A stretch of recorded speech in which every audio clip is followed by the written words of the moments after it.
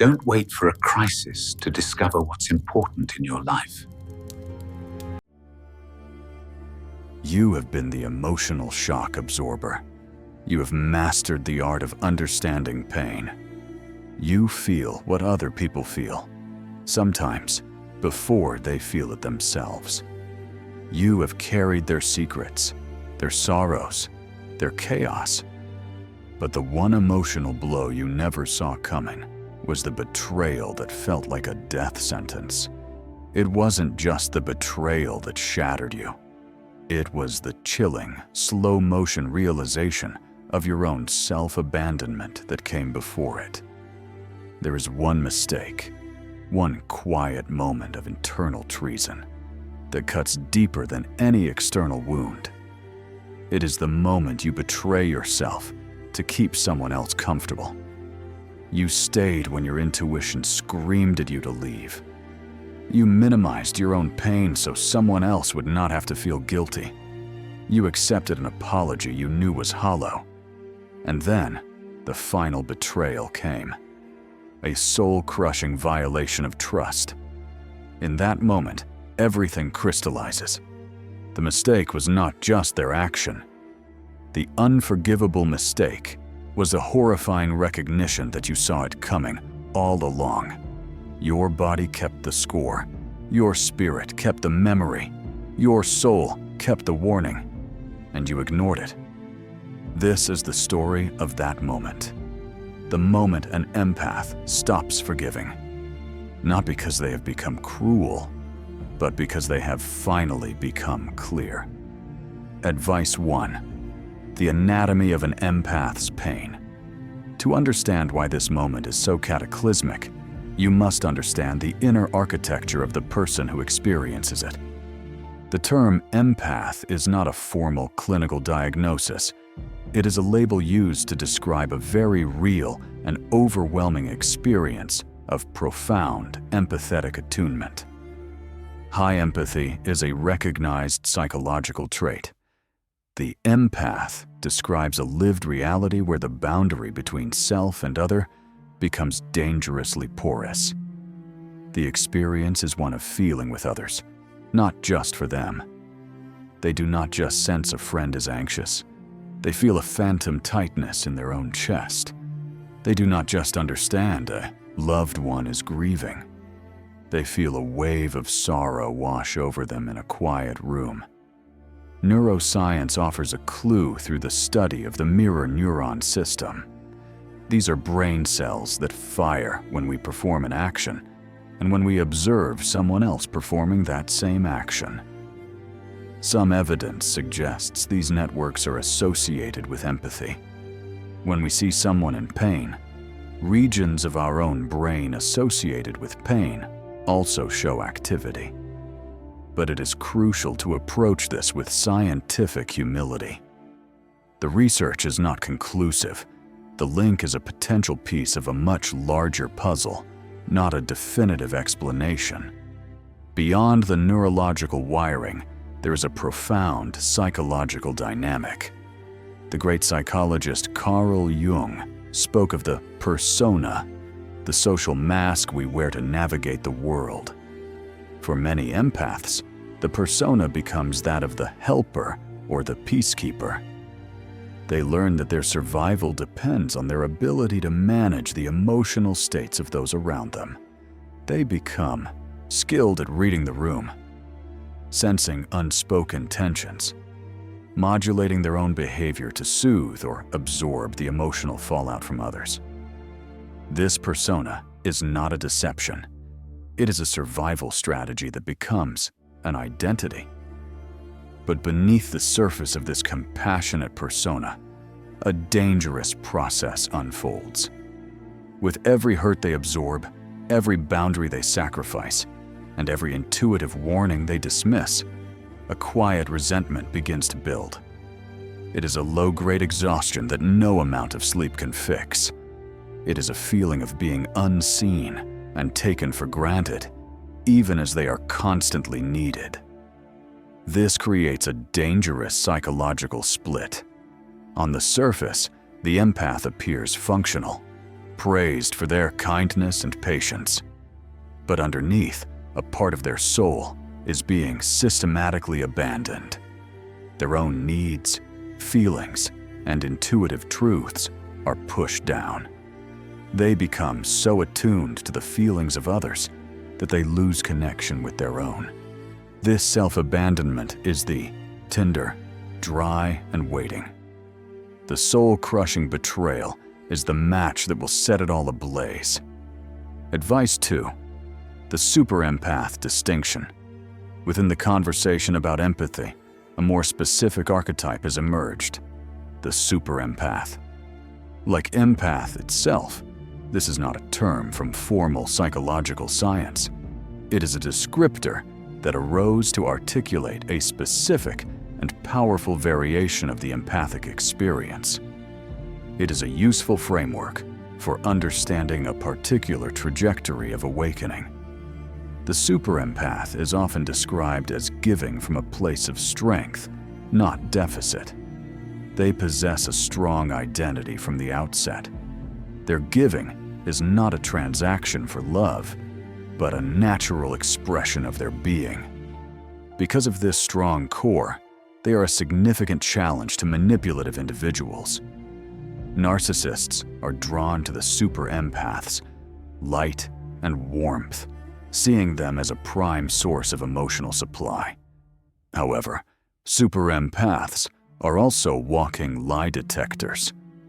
They quietly catalog every inconsistency and broken promise.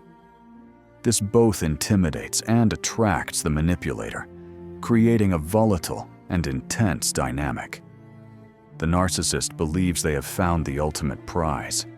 The Super Empath believes they have found someone they can heal. This leads to a slower and more devastating deterioration. A classic empath might be quickly broken down. The Super Empath, with their initial resilience, often lasts much longer. They absorb more, they rationalize more, they fight harder, convinced their exceptional capacity for love can overcome the other person's darkness. This is precisely why the eventual fall of a Super Empath is so catastrophic. It is a longer, higher drop. They were not weak or naive from the beginning. They were strong and intuitive. Therefore, when the final, undeniable betrayal occurs, the devastation is twofold. They have been betrayed by someone they poured their energy into, and they must confront the failure of their own perceived superpower. Their strength, their intuition, their compassion, none of it was enough. This realization does not just break their heart, it shatters the very foundation of their identity. Advice 3. The betrayal, the tipping point. Every empath who has undergone this transformation can point to a single moment, a flash of terrible clarity. It is the tipping point. This is the final betrayal. It is not the slow drip of daily disappointments. It is a singular, egregious act that shatters the remaining pillars of trust. Perhaps a partner they defended cheats on them. Perhaps a family member they supported steals from them. Or perhaps, in an act of ultimate cruelty, the person they protected uses the empath's deepest vulnerabilities as a weapon against them. It is a violation so absolute that it cannot be rationalized. What makes this uniquely devastating for the empath is not just the act itself. It is the internal click that accompanies it. In that one, soul-crushing instant, a lifetime of suppressed intuition comes rushing to the surface. Every ignored red flag, every dismissed gut feeling, every quiet whisper from their soul that said, "Something is wrong," floods their conscious mind. They suddenly remember the strange flicker in their partner's eyes months ago. The gut-wrenching feeling when they were told a lie they could not prove. The physical sense of dread they chalked up to their own anxiety. They see, with horrifying clarity, that they were a participant in their own delusion. They chose to believe the words over the energy. They chose to accept the performance over the reality their own nervous system was screaming at them. This is the core of the unforgivable mistake. The external betrayal forces a confrontation with the internal one. The pain is no longer just what they did to me. It becomes what I allowed to happen to myself. The anger is directed not only outward, but inward. They realize they stayed when their spirit told them to leave. They apologized when they had done nothing wrong. They shrank themselves to make another person feel big. This realization is the most painful part of the entire experience. It cuts deeper than any lie because it implicates the empath's own sacred gift.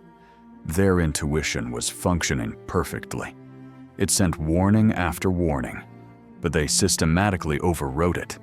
They were told they were too sensitive, and they believed it. This is a profound existential crisis. The trust that is broken is not just the trust they had on the other person. It is the trust they had in themselves. The forgiveness that once flowed so freely now feels like a poison. They cannot forgive the other person, not because they are filled with hate, but because doing so would require them to betray themselves one last time. It would require them to unsee the truth. And once an empath truly sees, they can never go back to being blind. Advice 4. The Jungian warning, the shadow of self-abandonment. This is where the work of Carl Jung becomes essential. Jung never used the term super empath, but he spent his career documenting the precise psychological dynamics that lead to this exact breaking point. To grasp Jung's perspective, we must understand his concept of the shadow. The shadow is the part of our unconscious mind that contains everything we have repressed. For many people, this is rage or jealousy. But for the chronically kind, people-pleasing empath, the shadow looks very different. The empath's shadow contains their own needs. It contains their right to say no. It holds their desire for solitude. It holds their fierce, protective anger that they learned to transmute into endless understanding. Most critically, the empath's shadow contains the secret need to be needed. It is the part of them that learned its worth is tied to its utility. This is the core of self-abandonment. By relentlessly focusing energy outward, the empath casts a long shadow behind them. Every time they say "I'm fine" when they are not, they abandon themselves. Every time they silence their intuition to keep the peace, they commit an act of treason against their own soul. Jung warned that empathy without boundaries is not a virtue, but a form of self-abandonment. The persona of the perfect helper becomes a cage. A dangerous split occurs between the conscious persona and the neglected inner self. The conscious mind says, "I am compassionate." The unconscious shadow screams, "I am exhausted, resentful, and unseen." This inner conflict seeps out as chronic fatigue and unexplained anxiety. The final, soul-crushing betrayal is the event that shatters this performance. It acts as a brutal but necessary catalyst, forcing the conscious ego to finally turn around and face the shadow. The rage, the needs, the boundaries, all the disowned parts of the self come rushing out of the darkness, not to destroy the empath, but to save them. Jung saw this not as a breakdown, but as a breakthrough. It is the agonizing, yet holy, beginning of integration. It is the moment the empath is forced to stop being a good person and start the much more difficult journey of becoming a whole one. Advice 5. The unforgivable realization and the collapse. The aftermath is not a dramatic confrontation. It is far quieter. It is a state change, like water turning to ice. The reason the self-betrayal is unforgivable is not about refusing absolution. It is about the empath's inability to unsee the truth about their own role. To forgive in the old way, to smooth things over and return to the status quo, would be to willingly step back into the prison of self-abandonment. Their forgiveness, once a superpower, is now seen for what it often was, a trauma response disguised as a virtue. To forgive now would be an act of profound disrespect to the part of them that was wounded for so long.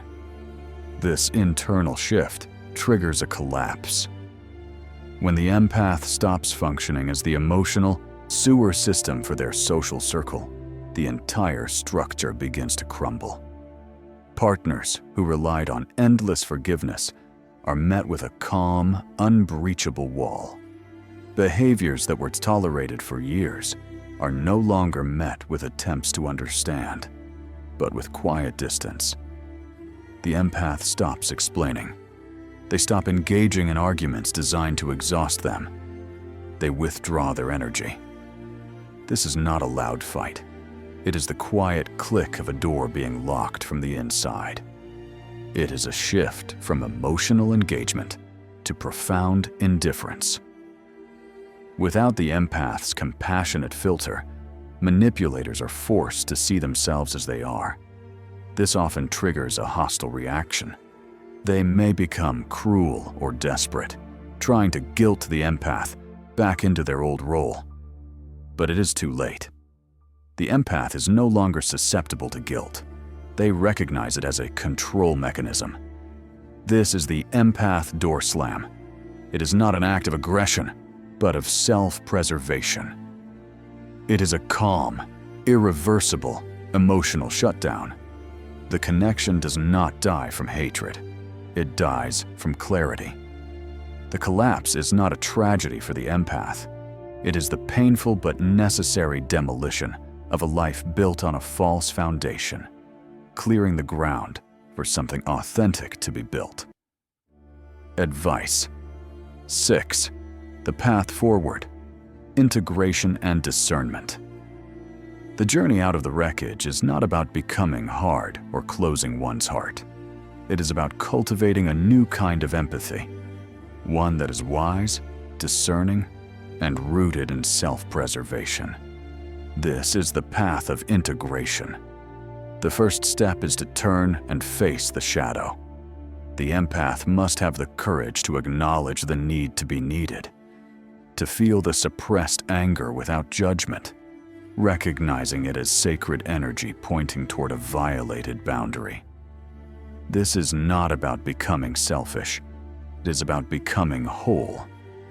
As Jung taught, the shadow, when integrated, transforms from a source of unconscious sabotage into a source of profound strength. The second step is to develop discernment. The unawakened empath assumes all suffering is theirs to heal. The awakened empath learns a critical truth. Not all pain belongs to you. They learn to differentiate between the clean pain of another's struggle and the toxic, chaotic energy of someone who refuses responsibility. The question becomes, what am I feeling? And is this energy mine to carry? This leads to the third and most transformative step, becoming a chalice, not a sponge.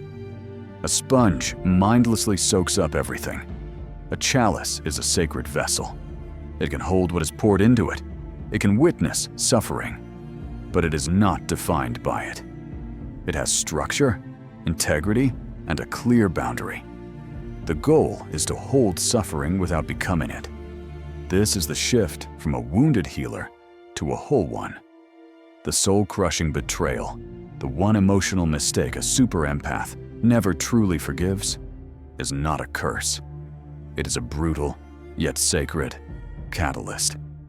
It is the event that forces the choice between remaining a victim or becoming sovereign.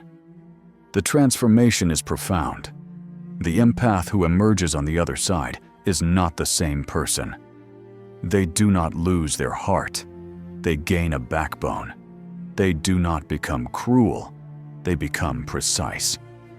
Their empathy, once a source of endless drainage, is transformed into a focused, protected, and powerful tool. They become selectively empathetic, reserving the sacred gift of their understanding for those who are worthy of it. This is the final stage of the journey Jung called individuation, the reclaiming of the self from the projections and expectations of others. The unforgivable mistake of self-abandonment becomes the unforgettable lesson that saves their life. They learn that true connection is not found in losing oneself in another, but in two whole sovereign souls choosing to walk side by side.